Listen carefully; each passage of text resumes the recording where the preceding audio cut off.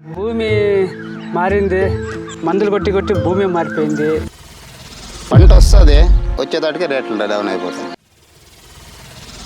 Farming అనేది నా ambition, but no result. దాని ప్రతిఫలంగా 5 లక్షల అప్పు కూడా వేసుకున్నాను. ఎవరు ఎక్కువగా అప్పులు చేస్తున్నారో వాళ్ళే రిచెస్ట్ ఫార్మర్స్.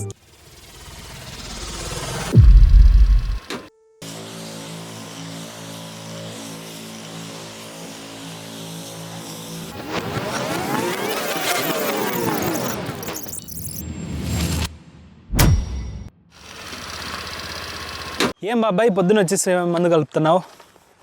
భరత్ పొద్దున్నే టమాటా చెట్లకు మందు కొట్టాలి కదా. అవునులే, దానికి ఇంకా మరి ఎవరైనా కూలి వాళ్ళని పెట్టుకోవచ్చు కదా బాబాయ్, ఒక్కనే చేసుకుంటున్నావు? దీని కూలీళ్ళు అంతా అడ్జస్ట్ అయ్యలేదు భరత్, మనమే సొంత వాళ్ళు కొట్టుకుంటేనే. ఏం బాబాయ్ ఇట్లా కొట్టాల్సిందేనా? కొట్టుకుంటే ఏమవుతుంది బాబాయ్? కొట్టాలి భరత్, లేదంటే అట్లా టమాటా ఊజి కొట్టి వేస్ట్ అయిపోతా ఉంది. అవునే, చాలా కష్టం కదా బాబాయ్ అసలు. కష్టం, ఇంకా రైతుల పనే కష్టం భరత్. అవును బాబాయ్. ముందర షాప్లో అప్పులు తీసుకొచ్చి మందు కొట్టాలి, కొట్టకపోతే టమాటా మనకి చేతికి చిక్కుదు. ఎంత పెట్టినావు బాబాయ్ సార్ పంట? టమాటా ఉంది భరత్, 1.5 ఎకరా నాటినాను. ఇది రేట్లు లేక బాగా లాస్ అయిపోతా ఉంది. చూడు భరత్, టమాటా ఎంత బాగా వచ్చింది. కానీ మార్కెట్కి మనం బులోరాలు తీసుకొని పోతే అక్కడ చాలా లాట్ సరుకు వచ్చింది అంటారు, తక్కువ రేటుకి కూసుకుంటారు. వాటికి వచ్చేసి అక్కడ వాళ్ళ కమిషన్ బులోరా బాడిగి అంతా పోతే మనకి వచ్చేసి కేజీకి 5 రూపాయలు కూడా మిగులుతుంది అనమాట. వచ్చిన దాంట్లో ఇక్కడ కూలీలకి ఈ మందులకి ఇవే జరిపోయింది సార్ అంతా. టమాటా పంట చాలా కష్టం భరత్. ఒకసారి ఈ రైతులు ఎవరు అవసరాన్ని బట్టి వాళ్ళు అమ్మేసుకుని వస్తారు. దాంట్లో ఇది పచ్చి సరుకోటి కదా, మనం నిలబెట్టుకునేకే.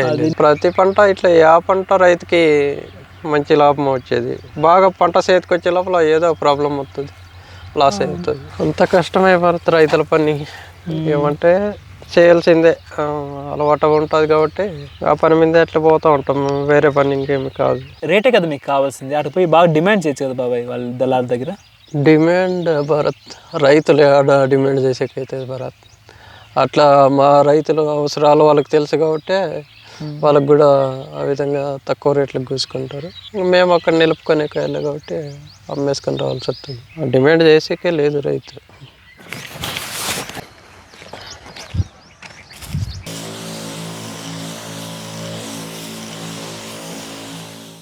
Yearly thousands of farmers suicide చేసుకుంటున్న న్యూస్ వింటే హానెస్ట్లీ చాలా బాధేస్తుంది. నేను చెప్పడం కాదు, just Google it. How many farmers die by suicide every single day in India? The answer is heart breaking. ప్రతిరోజు నియర్లీ 30 ఫార్మర్స్ సూసైడ్ చేసుకొని చనిపోతున్నారు. అంటే అప్రాక్స్ ఎవ్రీ 1 hour కి ఒక ఫార్మర్ చనిపోతున్నాడు. ఫార్మర్స్ రియల్లీ ఎంత హోప్లెస్ గా మిగిలిపోతున్నారు కదా.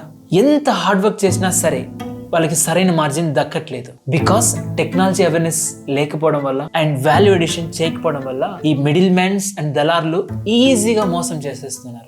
సిస్టంలో ఉన్న అగ్రికల్చర్ యూనివర్సిటీలు, సైంటిస్టులు అండ్ ఈ గవర్నమెంట్ డిపార్ట్మెంట్లు ఏం చేస్తున్నాయి? ఫార్మర్ ప్రాబ్లమ్స్ అసలు ఈ యూనివర్సిటీలకు, గవర్నమెంట్ కి రీచ్ అవుతున్నాయా, లేదా ఈ సిస్టంలో ఎక్కడైనా బ్లాకేజ్ ఉందా? అందుకే ఈ గ్రౌండ్ లెవెల్ మెకానిక్స్ ని, అసలు నిజాన్ని డీకోడ్ చేయడానికి నేను మోహన్ తో కలిసి డైరెక్ట్ గా అగ్రికల్చర్ యూనివర్సిటీలోకి వెళ్తున్నాను. అక్కడ జరిగేది వర్తా లేదా వర్త్లెస్సా అనేది మీకే చూపించబోతున్నాను. So stay tune, let's explore the facts.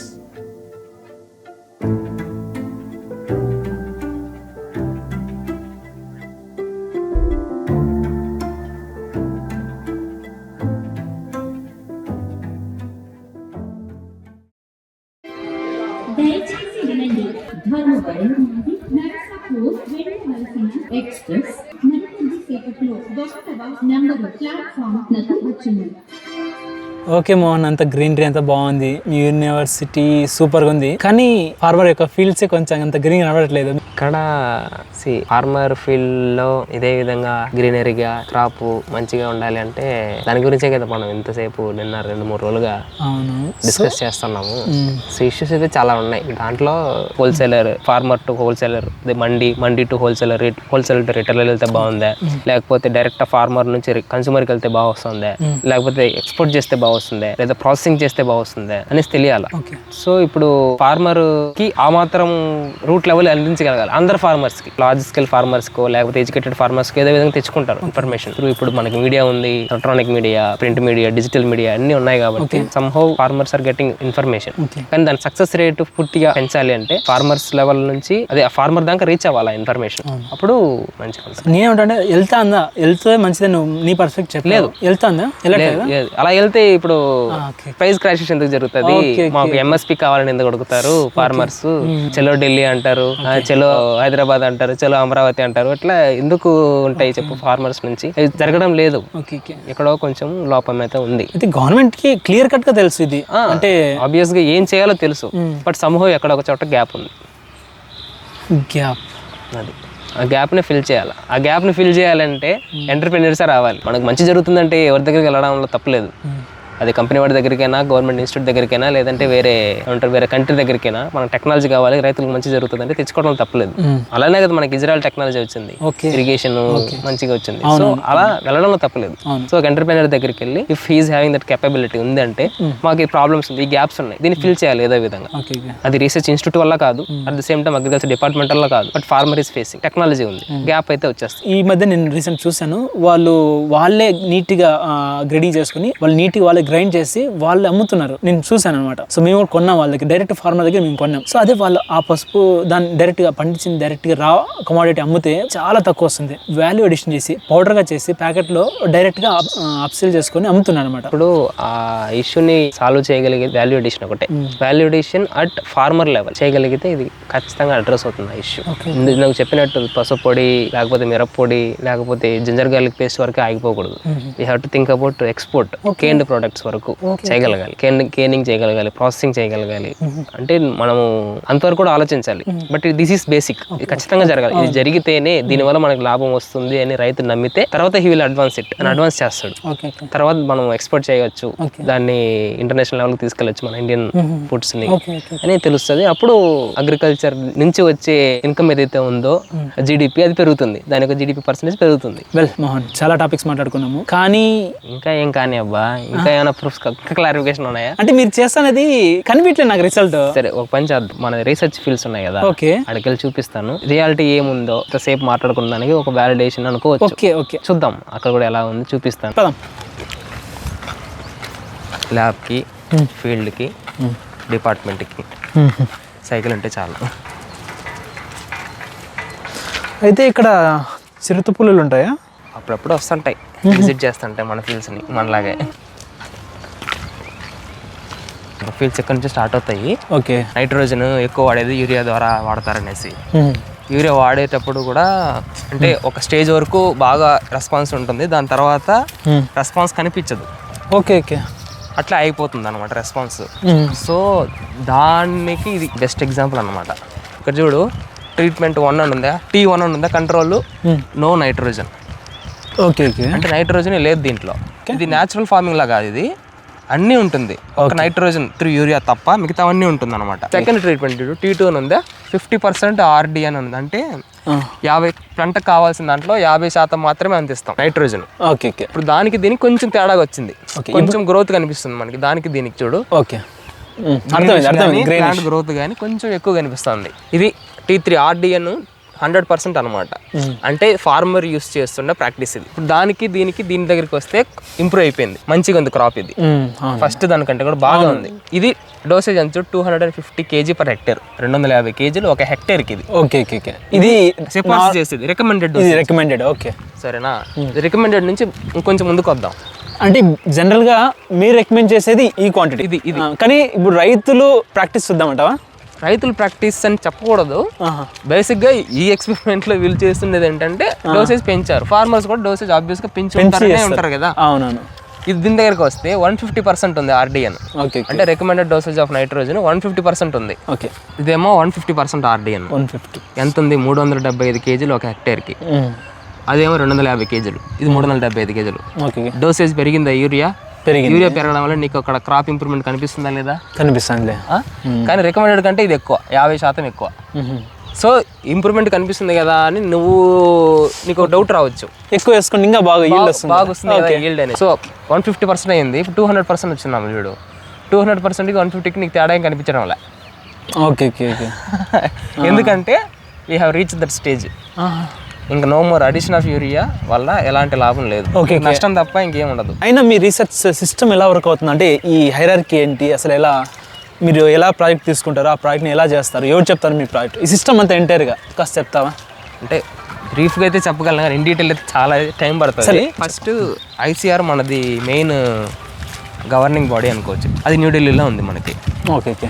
వాళ్ళు మొత్తం మానిటర్ చేస్తారు. దాంతోపాటు స్టేట్ గవర్నమెంట్స్ ఉంటుంది కదా, స్టేట్ గవర్నమెంట్స్కి సపరేట్గా వాళ్ళకంటూ ఒక అగ్రికల్చర్ ఏమంటారు మనకి మినిస్ట్రీ ఉంటుంది, వాళ్ళ కింద ఒక స్టేట్ అగ్రికల్చర్ యూనివర్సిటీ ఉంటుంది. సో సెంట్రల్ గవర్నమెంట్కి ICR ఉంది, ICRతో పాటు సెంట్రల్ అగ్రికల్చర్ యూనివర్సిటీస్ ఉంటాయి. మన స్టేట్ అగ్రికల్చర్ యూనివర్సిటీస్ ఉంటుంది. బెస్ట్ ఎగ్జాంపుల్ మనకి తెలంగాణలో అయితే ప్రొఫెసర్ జయశంకర్ ఉంది, ఆంధ్రాలో అయితే ఆచార్య NG రంగ అగ్రికల్చర్ యూనివర్సిటీ ఉంది. ఇప్పుడు ఈ అగ్రికల్చర్ యూనివర్సిటీ గురించే మాట్లాడతాం. గవర్నమెంట్ ఏం కోరుకుంటుందో ఫస్ట్ అనలైజ్ చేస్తారనమాట. అంటే ఆబ్వియస్గా ఫైనల్ డే డబ్బులు ఇవ్వాల్సింది గవర్నమెంటే కాబట్టి గవర్నమెంటే చెప్తుంది మాకు ఏం చేసి పెట్టాలో, మాకేం అవసరం ఉంది. గవర్నమెంట్ ఏం కోరుకుంటుంది, పీపుల్ ఏం కోరుకుంటారో అదే గవర్నమెంట్ కోరుకుంటుంది. ఓకే. గవర్నమెంట్ ఏం కోరుకుంటుంది అనేది మాకు చెప్తారనమాట. ఓకే, మాకు ఇది అవసరం ఉంది, ఇది చేయాలా, ఇది ఇంపార్టెంట్ ప్రయారిటీస్ మనకు అనేసి. సో ఆ దృష్టిలో చూస్తే ఫస్ట్ వాళ్ళు ప్లానింగ్ ఇస్తారనమాట. ఈ క్రాప్ మీద కావాలి, లేదా పర్టికులర్ ప్రాబ్లం ఎక్కువ ఫేస్ చేస్తున్నారు అన్నట్టు ప్రాబ్లమ్స్ రైస్ చేసుకుంటారు. ఈ ప్రాబ్లమ్స్ మనం సాల్వ్ చేసేదానికి మనం యూనివర్సిటీకి గ్రాంట్స్ ఇద్దామని చెప్పి అనుకుంటారు అనమాట. Okay okay. సో దానికి తగ్గ గ్రాంట్స్ ఇచ్చేసి అక్కడ నుంచి యూనివర్సిటీ చేతికి వచ్చేస్తుంది. అంటే ప్రాబ్లం మాత్రం చెప్తారు అంతే, అంతే. ఎలా సాల్వ్ చేయాలి, ఎప్పుడు చేయాలి, ఎంత పర్ఫెక్ట్గా చేయాలి, ఎక్కడెక్కడ చేయాలి, ఇంకేమైనా యూనివర్సిటీ చూసుకోవాలి. అవునండి. సో ఆ తర్వాత యూనివర్సిటీ స్టార్ట్ చేస్తుంది ఎలా చేద్దాము, రియల్ ప్రాబ్లం ఎలా ఉంది అబ్జర్వ్ చేసి. అంటే వాళ్ళకి ఆల్రెడీ తెలిసి ఉంటుంది ఇక్కడ ప్రాబ్లమ్స్ ఉన్నాయి, ఏ ప్రాబ్లమ్స్ ఉన్నాయని సైంటిస్ట్కి తెలుసు, ఒక విధంగా ఐడియా ఉంటుంది. But still they will wait for the government approval, ఎందుకంటే గ్రాంట్ ఇవ్వాల్సింది వాళ్ళే కాబట్టి అలా వస్తుంది అనమాట. Okay okay okay. ఇది నాదే అబ్బా, ఇదేనా మీరే చేసుకోవాలి మీ పని అంతా ఇక్కడ? అంటే ఫీల్డ్లో టెక్నికల్ వర్క్ ఏదైతే ఉంటుందో అది మేము చేసుకోవాల్సిందే. అసలు ఇంత టైనీ పార్ట్స్ చేసుకున్నారు కదా, నీ రీసెర్చ్ ఏం జరుగుతుంది? నేనైతే నానో టెక్నాలజీ మీద వర్క్ చేస్తాను. ఓకే.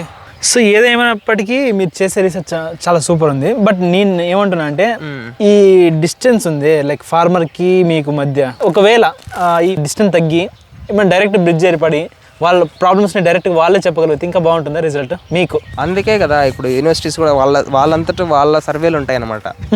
సో వాళ్ళ లోపల అనాలిసిస్ జరుగుతుంది. ఇప్పుడు మా లాంటి PhD స్కాలర్స్, నేనైతే సాయిల్ సైన్స్ డిపార్ట్మెంట్ నుంచి కాబట్టి నా రీసెర్చ్ అలా ఉంది. సో ఇలా కాకుండా ఎక్స్టెన్షన్ డిపార్ట్మెంట్ నుంచి, ఎకనామిక్స్ డిపార్ట్మెంట్ నుంచి ఉంటారు PhD స్కాలర్స్. సో వాళ్ళ సర్వేస్ చేస్తూ ఉంటారు, వాళ్ళ రీసెర్చ్లు జరుగుతుంటాయి, ప్రాబ్లమ్ ఐడెంటిఫికేషన్ అక్కడ కూడా జరుగుతూ ఉంటుంది. సో అక్కడ కూడా ఐడెంటిఫై చేస్తే అక్కడ నుంచి కూడా వెళ్తుంది అనమాట. ఒకవేళ ఎవరన్నా ఫార్మర్ వచ్చారనుకో, ఇప్పుడు మా కినో వేసుకోవాలనుకుంటున్నాము, మాకు తెలియదు అంటే సైంటిస్ట్ నాకు తెలియదు అని చెప్పకూడదు. సో సైంటిస్ట్ ముందుగానే ప్రొయాక్టివ్గా ఆలోచించి, సో మన ఏపీలో కినో పడబోతుంది, ఫార్మర్స్ ఇంట్రెస్ట్ చూపిస్తున్నారంటే, సో ఫార్మర్కి రికమెండ్ చేసే దాంట్లో పర్ఫెక్ట్ ఉండాలి, మనం అక్యురేట్ ఉండాలి. సో అది అన్నమాట ఇక్కడ ఇష్యూ. ఈ ఇన్వెస్టిగేషన్లో నాకు అర్థమైంది ఏంటంటే, ఇక్కడ ప్రాబ్లం సైన్స్ ల్యాక్ అవడం వల్ల కాదు, సైంటిస్టులకు ఫార్మర్కి మధ్య ఉన్న డిస్టెన్స్ ఎక్కువ ఉండటమే ఇక్కడ అసలైన ప్రాబ్లం. ల్యాబ్స్లో, రీసెర్చ్ ప్లాట్స్లో సైంటిస్టులు పడే కష్టం డైరెక్ట్గా పొలంలో కష్టపడే ఫార్మర్ దగ్గరికి చేరినప్పుడు వాళ్ళ శ్రమకి నిజమైన వాల్యూ దొరుకుతుంది. ఇంకొక ఇంపార్టెంట్ థింగ్ ఏంటంటే, ఫార్మర్స్ ఓన్లీ ఇన్పుట్స్ మీద మాత్రమే డిపెండ్ అవ్వకుండా సాయిల్ టు స్టోర్ అనే కాన్సెప్ట్ని అర్థం చేసుకోవాలి. అండ్ ఈ ఎంటైర్ సప్లై చైన్ని స్ట్రెంథన్ చేయగలిగితే డెఫినెట్గా ప్రతి ఫార్మర్ తన పొలానికి తనే ఒక ఓన్ ఆర్కిటెక్ట్గా మారుతాడు. అప్పుడే వాళ్ళకి రావాల్సిన నిజమైన ప్రాఫిట్స్ వాళ్ళకి వస్తాయి. మోస్ట్లీ అన్ని డౌట్స్ కవర్ అయినాయా? చాలా సూపర్. అసలు నిజంగా ఐ డిడ్ంట్ ఎక్స్పెక్ట్ దిస్. అలా చేస్తేనే మనం ఫైనల్గా ఫార్మర్లా చేస్తేనే మనకి ఫార్మర్ ఏం జరుగుతుందో తెలుసు. కానీ బయట పర్స్పెక్ట్ ఎలా ఉందంటే, సైంటిస్ట్ లాంటి ఏం చేయరు, ఊరికి ప్రాబ్లమ్స్ చెప్పి అనలైజ్ చేసుకొని చెప్తారనే నిజంగా అభిప్రాయం ఉంది. బట్ ఇలా చేస్తారని నిజంగా రైతులు తెలియకపోవచ్చు నాకు తెలిసి. డెఫినెట్గా ఈ ఇన్వెస్టిగేషన్ ఎలా తిరిగి ఫార్మర్స్ రీచ్ అవుతుంది. సో డెఫినెట్గా వాళ్ళు అర్థం చేసుకుంటారు. ఇంకేంది భరత్, నీ డౌట్స్ క్లారిఫికేషన్స్ ఏదైతే కోరుకున్నావో అన్నీ క్లియర్ అయ్యాయా? ఆబ్వియస్గా ఖచ్చితంగా మోహన్. ఈ ఇన్వెస్టిగేషన్ స్టార్ట్ చేసే ముందు నేను అక్కడ పిలిపించాను కదా ఛాంబర్లో. సో అక్కడ నా అభిప్రాయం ఏంటంటే మిమ్మల్ని ఈ సైంటిస్ట్లని బ్లేమ్ చేద్దామనే ఉద్దేశంతో పిలిపించా. మీరు ఏం వర్క్ చేయట్లేదు, మీరు చేసే వర్క్ రిజల్ట్ ఏం అవుట్పుట్ రావట్లేదని. బట్ రియల్గా ఇక్కడ నువ్వు చూపించింది కానీ అక్కడ నుంచి మొదలు పెట్టావు కదా, అక్కడ రెస్టారెంట్ విడిచిపెట్టలేదు, రైల్వే స్టేషన్లో విడిచిపెట్టలేదు. అంటే నేను ఇంకా కన్విన్స్ కాలేదని చెప్పి నువ్వు ఈవెన్ మీ ల్యాబ్లో తీసుకువెళ్ళావు, అక్కడ డిస్క్లోజ్ చేసావు, ఈవెన్ మీ ఫీల్డ్లో మీ ఎక్స్పెరిమెంట్ ప్లాట్లో తీసుకొచ్చావు, పర్ఫెక్ట్గా ఎక్స్ప్లెయిన్ చేసావు, చాలా అర్థమైంది. సో నాకు అర్థమైంది అట్ లాస్ట్ కన్క్లూషన్ ఏంటంటే నిజంగా స్పీడ్ బ్రేకర్ ఎక్కడ పడుతుంది, బ్రేక్స్ ఎక్కడ ఉందంటే ఈ ఫార్మర్కి ఆ పొలిటికల్ ఫ్రాగ్మెంటేషన్ జరుగుతుంది విలేజెస్లో. ఎస్, ఎందుకంటే వీళ్ళు కలెక్టివ్గా చేయలేకపోవడానికి మెయిన్ కారణం అదే అనమాట. అండ్ రెండోది ఏంటంటే ఈ మిడిల్ మ్యాన్ ట్రాప్.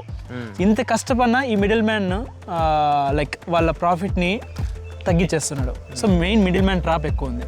సో నాకు తెలిసినందుకు ఈ 2 రీజన్సే మెయిన్ ట్రాప్స్ అనమాట ఫార్మర్కి. యా, కలెక్టివ్గా ఉండాలి. ఫార్మర్స్ ఎప్పుడైతే యూనిట్గా ఉంటారో అన్నీ సపోర్ట్ చేస్తుంది అనమాట. గవర్నమెంట్ పాలసీస్ కానీ ఇప్పుడు అన్నీ దాని పరంగా దానికే సపోర్ట్ చేస్తున్నారు కూడా. సో అదే farmer has to be unite.